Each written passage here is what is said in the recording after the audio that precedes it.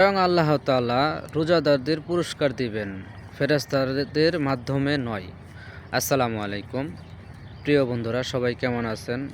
আজকের আলোচনার বিষয় হলো মাহে রমজান উপলক্ষে যে রোজার সওয়াব কেমন হবে আর রোজার সওয়াব কিভাবে দেওয়া হবে। মহান আল্লাহ তাআলা বলেন, রোজা হলো আমার জন্য,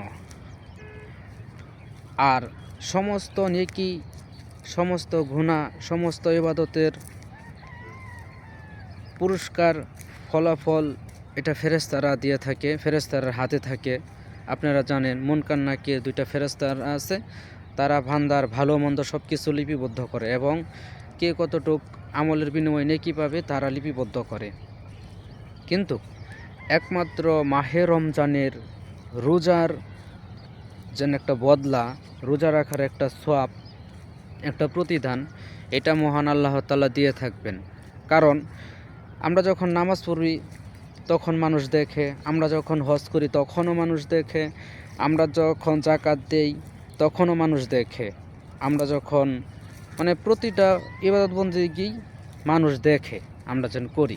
কিন্তু একমাত্র রোজা এটা কেউ দেখে না। একটা রোজাদার ব্যক্তি সে রোজা রাখে কার জন্য? মহান আল্লাহ তাআলাকে খুশি করার জন্য। অতএব কারণ একটা বোকা, একটা পাগলও কখনো এরকম মানুষকে দেখানোর জন্য রোজা রাখবে না। কারণ সে যদি মানুষকে দেখানোর জন্য রোজা রাখে তাহলে তো সে রুমের ভিতরে গিয়ে খানা খেতে পারে, তারপরে এই ওয়াশরুমে গিয়ে পানি খেতে পারে, কেউ দেখবে না। কারণ যদি মানুষকে দেখানোর জন্য হয়, কিন্তু কেন খায় না?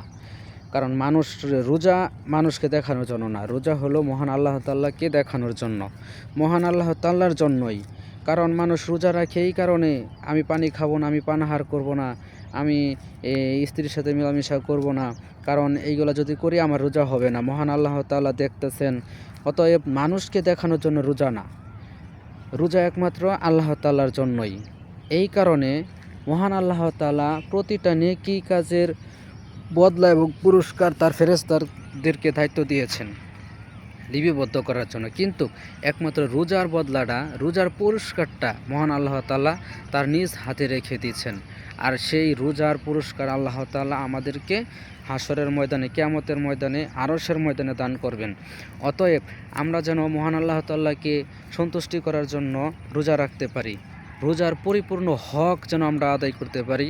রোজা রেখে কোনো খারাপ কাজ, ফাহিশা কাজ, গালাগালি, মানুষের সাথে ঝগড়া, তারপরে এই সিনেমা, তারপরে খারাপ কিছু ভিডিও বা এইগুলো কিছু দেখা যাবে না। এইগুলো থেকে বিরত থাকতে হবে ইনশাআল্লাহ।